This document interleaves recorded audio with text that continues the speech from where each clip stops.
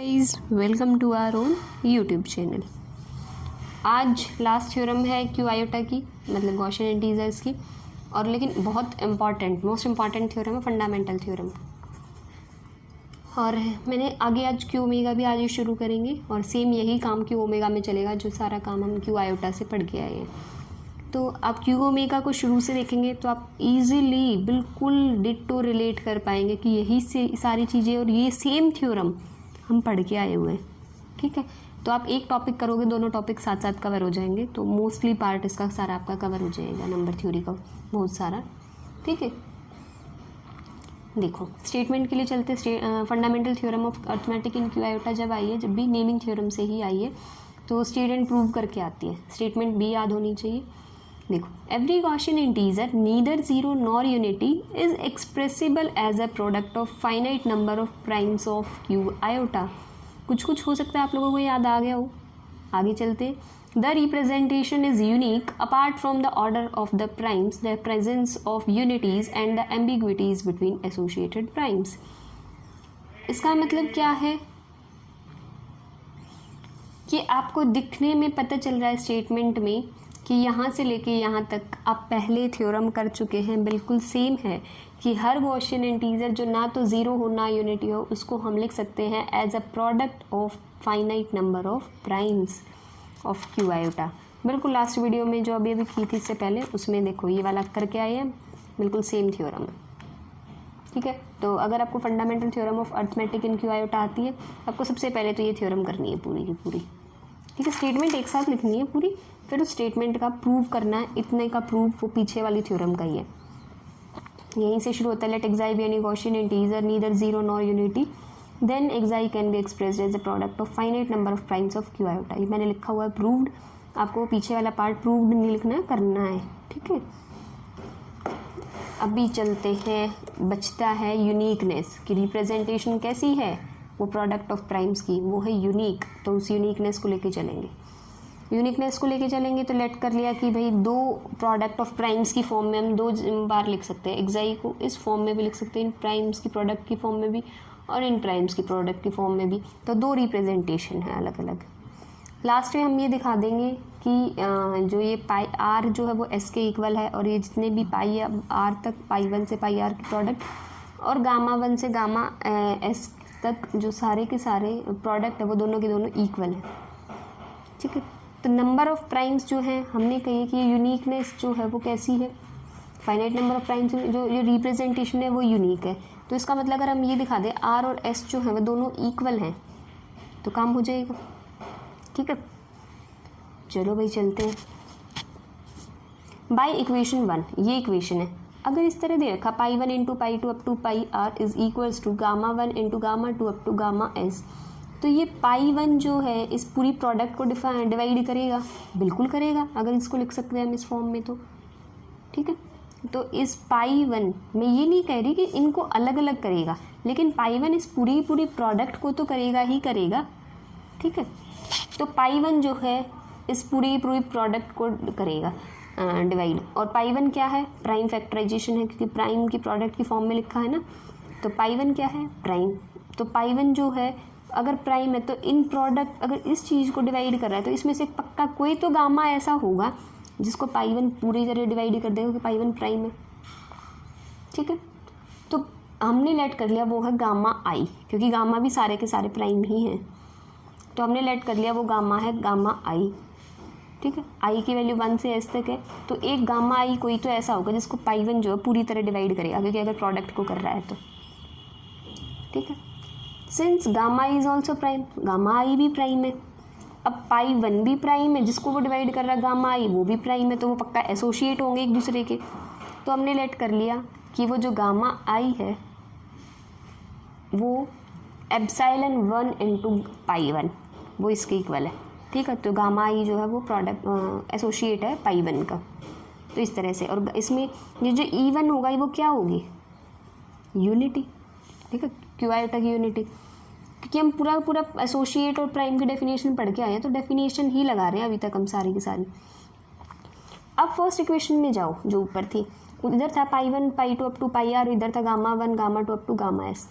लेकिन बीच में जहाँ gamma I minus one, gamma I plus one, जहाँ गामा आई आएगा उस गामा आई की जगह लिखा गया है एप्सिलॉन 1 इंटू पाई 1।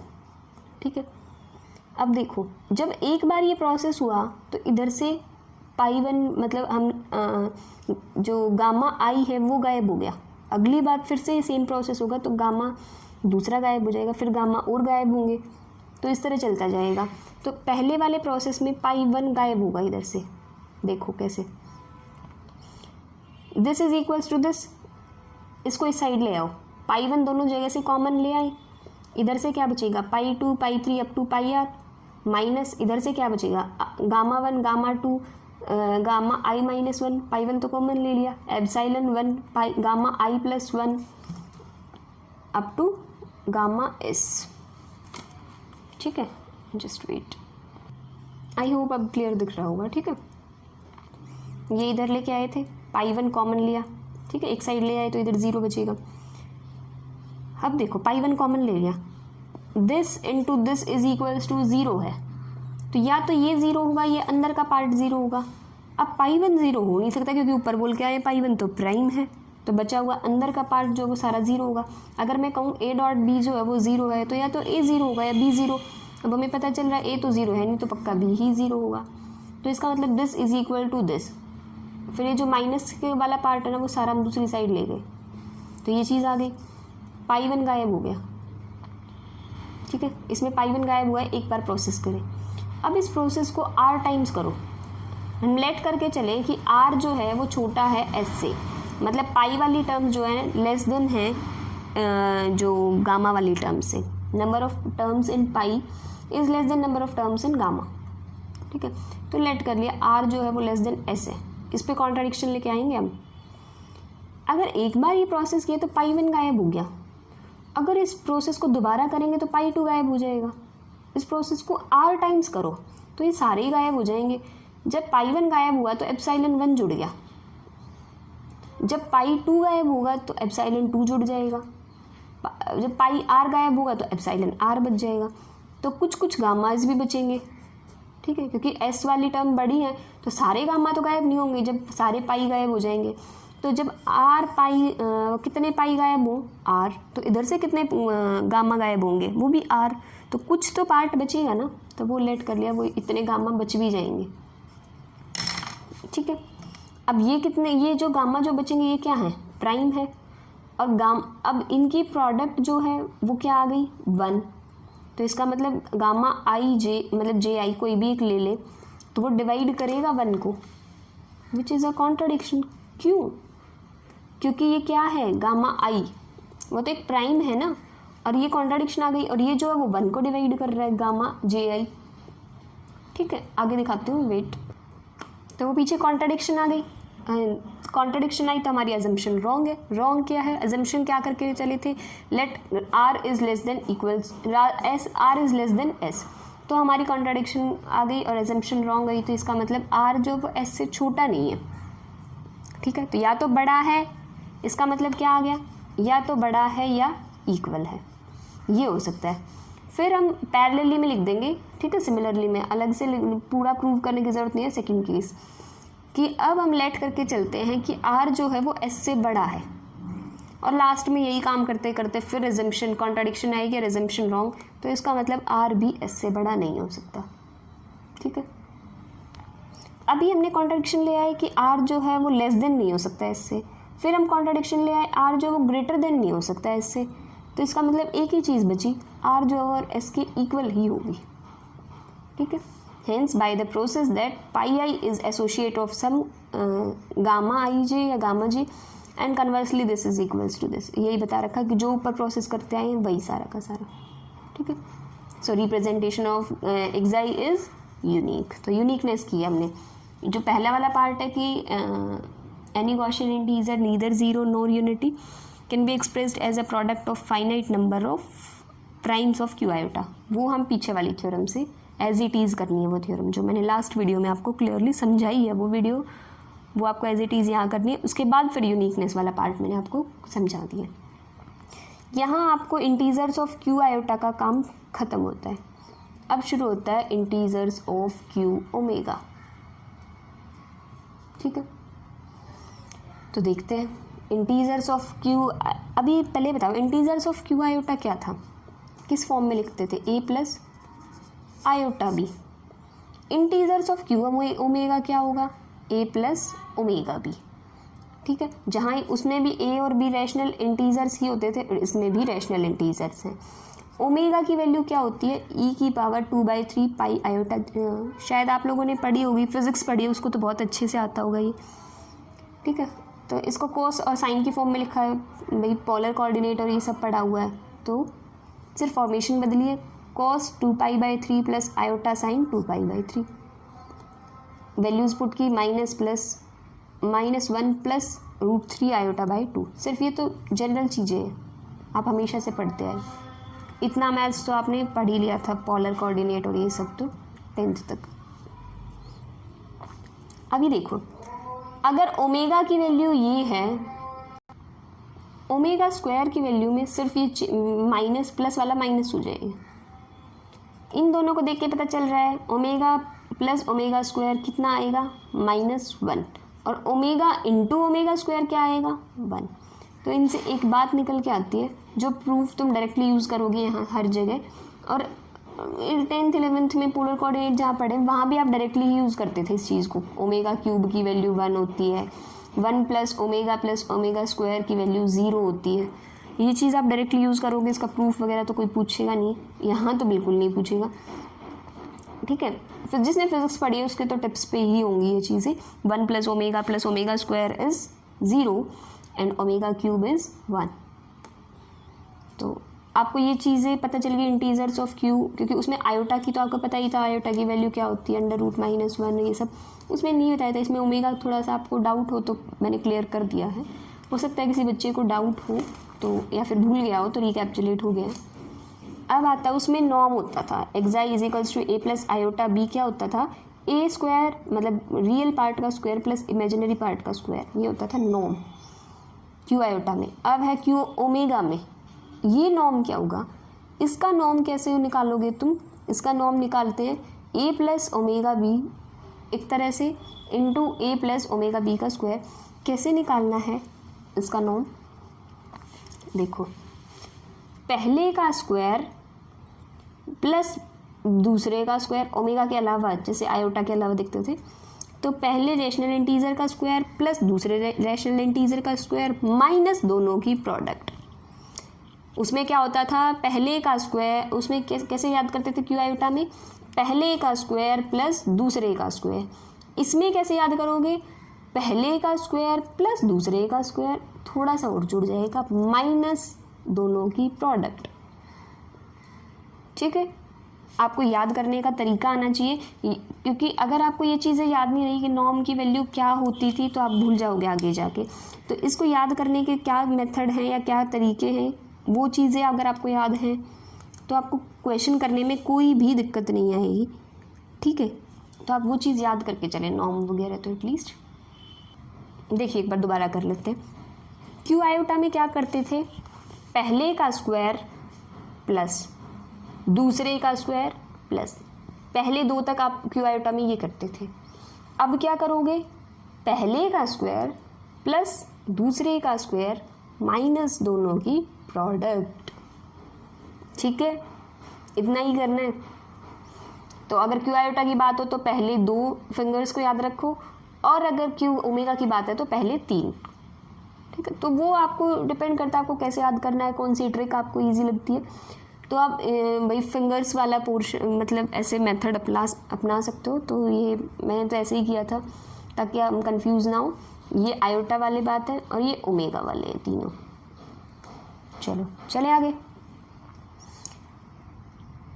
अब नॉर्म को एक और वे में बना रखा है कि नॉर्म को कैसे कैसे लिख सकते हैं, आगे कर लेंगे वैसे तो, लेकिन फिर भी एक बार देख लो ताकि आगे आए तो मैं दोबारा बताऊंगी कि ये नॉर्म जो है इसको इतना कैसे बदल रखा है।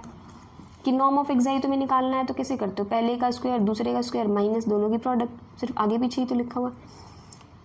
इन्होंने क्या किया, जो पीछे बी स्क्वायर है ना उसका हाफ का स्क्वायर ऐड भी कर दिया, सब्ट्रैक्ट भी। क्यों करते हैं वो हम पहले भी पढ़ चुके हैं, हम सिर्फ इसलिए करते ताकि कंप्लीटिंग द स्क्वायर बना सके। कंप्लीटिंग द स्क्वायर मेथड आता था ना, जब हम रूट्स निकालते थे, find the roots of the equation by using the completing the square method, ठीक है। तो उसी तरह ये 11th वगैरह में यूज़ होता था मेरे ख्याल से, 10th 11th में। तो A square minus A B plus B square by 4 minus B square by 4, ठीक है। आगे चलो, तो होल स्क्वायर बन गया और 3b स्क्वायर बाय 4 बन गया। यहाँ से तुम्हें देख के पता चल रहा होगा कि जब भी एक्साई 0 है तो वैल्यू 0 आ जाएगी, क्योंकि 0 का नॉर्म 0 होता है। लेकिन अगर एक्साई की वैल्यू 0 नहीं है तो नॉर्म हमेशा क्या होगा, पॉजिटिव। ये मैंने पहले क्यू आई टाइम बताया था, नॉर्म जो हमेशा क्या होता है, greater than equals to 0, positive होता है या 0 होता है। 0 का 0 हो जाता है, लेकिन बाकी सबका पॉजिटिव ही होता है नॉर्म। एक दूसरी चीज़ क्यू आइटा में भी होती थी कि norm is equals to mod का स्क्वायर, और इसमें भी होती है किसी भी एक्साई का नॉर्म इज इक्वल्स टू उस एक्साई के मोड का स्क्वायर। इसमें ओमेगा है, उसमें आयोटा होती थी। तुम खोल के देखोगे बिल्कुल सेम बनेगा, क्योंकि ओमेगा स्क्वायर बनेगा, उसकी वैल्यू रखोगे तो इक्वल यही आएगी, ठीक है। प्रोडक्ट पे नॉर्म अलग अलग हो जाता है, ये मैंने पहले जो है सॉल्व करके बताया था क्यू आयोटा में आपको, कि एक बार अल्फ़ा लिया था एक्स ए प्लस आयोटा बी और बीटा लिया था सी प्लस आयोटा डी, फिर दोनों की प्रोडक्ट करके और नॉर्म की वैल्यू रखी, और एक बार दोनों में नॉर्म लगा के फिर दोनों की प्रोडक्ट करके दिखाई थी, दोनों की वैल्यू इक्वल आई थी, ठीक। आ सकते हैं क्वेश्चन इस तरह के, ठीक है। 2-3 लाइनर्स प्रूफ होते हैं सिंपल से। अभी आते हैं डिवाइजर, सीखा था divisor in Q iota, unity of Q iota, associates of Q iota and primes in Q iota, सारी चीज़ सीखी थी। These all definitions are same as those in Q iota, दोबारा नहीं कराऊंगी, बिल्कुल सेम है, कुछ भी डिफरेंस नहीं है, ठीक है। थ्योरम दोबारा कराऊंगी मैं, क्योंकि नॉर्म अप्लाई करने पे तुम थ्योरम में कंफ्यूज हो सकते हो, इसलिए मैं थ्योरम दोबारा कराऊंगी, ठीक है। तो चलिए नेक्स्ट थ्योरम की तरफ। थ्योरम है the unities of Q omega are given by plus minus 1 plus minus omega and plus minus omega square. उधर यूनिटीज कौन सी होती थी, एक क्वेश्चन आया था कि यूनिटीज जो हैं वो 4 होंगी, प्लस माइनस 1 और plus minus iota, +1 -1 plus iota और माइनस आयोटा, 4 यूनिटीज़ होती थी क्यू आयोटा में।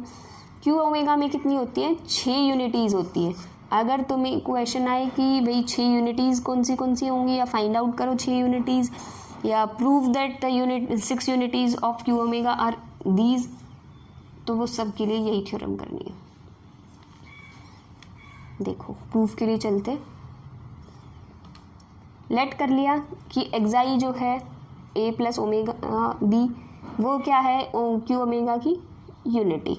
हम ये प्रूव कर देंगे कि इस एक्साई की जो वैल्यू है वो 6 ही आ सकती है, 1 -1 omega minus omega, omega square minus omega square, इनके अलावा कोई नहीं आएगी। चलो ठीक है, अब हमें इतना पता चल गया कि एक्साई जो एक यूनिटी है, तो इससे हम ये निकाल सकते हैं कि यूनिटी का नॉर्म कितना होता है, 1। नॉर्म की डेफिनेशन लगाओ, ओमेगा वाला है तो ए पहले का स्क्वायर दूसरे का स्क्वायर माइनस दोनों की product is equals to 1।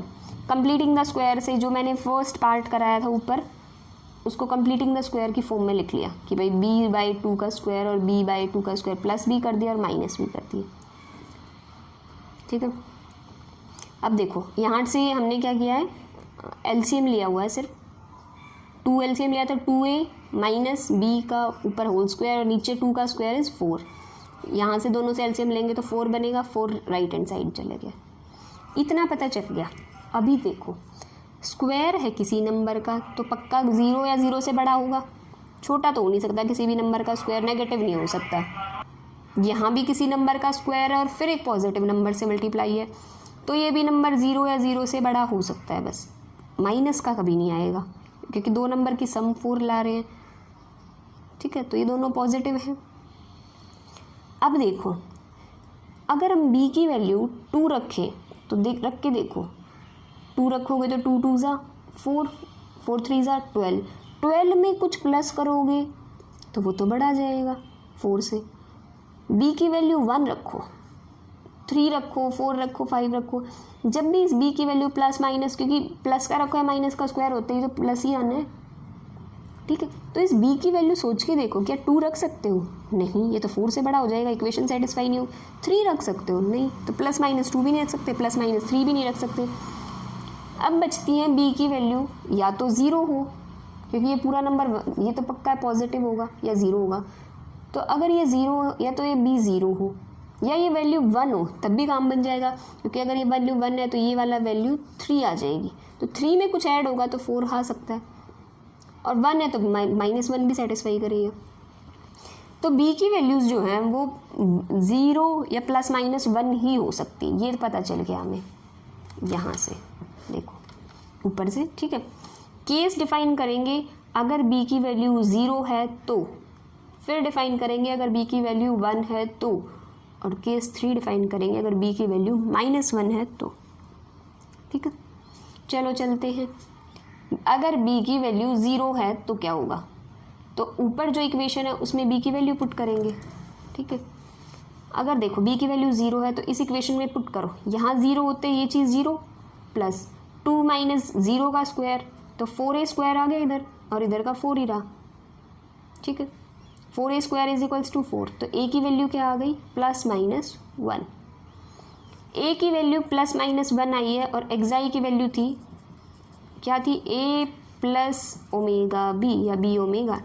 b की जगह 0 रखो और a की जगह एक बार +1 रखो, कि एक बार +1 और b 0, एक बार a -1 और b 0, तो xi की वैल्यू क्या आएगी, +-1,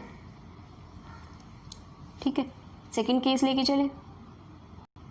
सेकंड केस में b की वैल्यू 1 रखते हैं, तो ऊपर इक्वेशन में जहाँ जहाँ b है वहाँ वहाँ 1 रखा, 3 को उधर ले गए 1, तो 2a - 1 का स्क्वायर इज़ 1, तो मतलब 2a - 1 की वैल्यू +-1।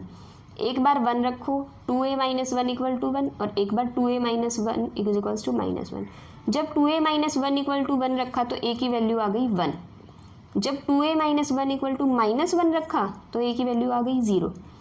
इसका मतलब b की वैल्यू, अगर a की वैल्यू 1 है तो b की वैल्यू 1 है, a की वैल्यू 0 है तो भी b की वैल्यू 1 है, ठीक है।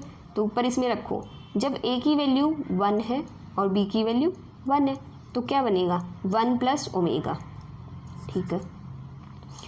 एक बार a की वैल्यू 0 है और b की वैल्यू 1 है तो क्या बनेगा, ओमेगा।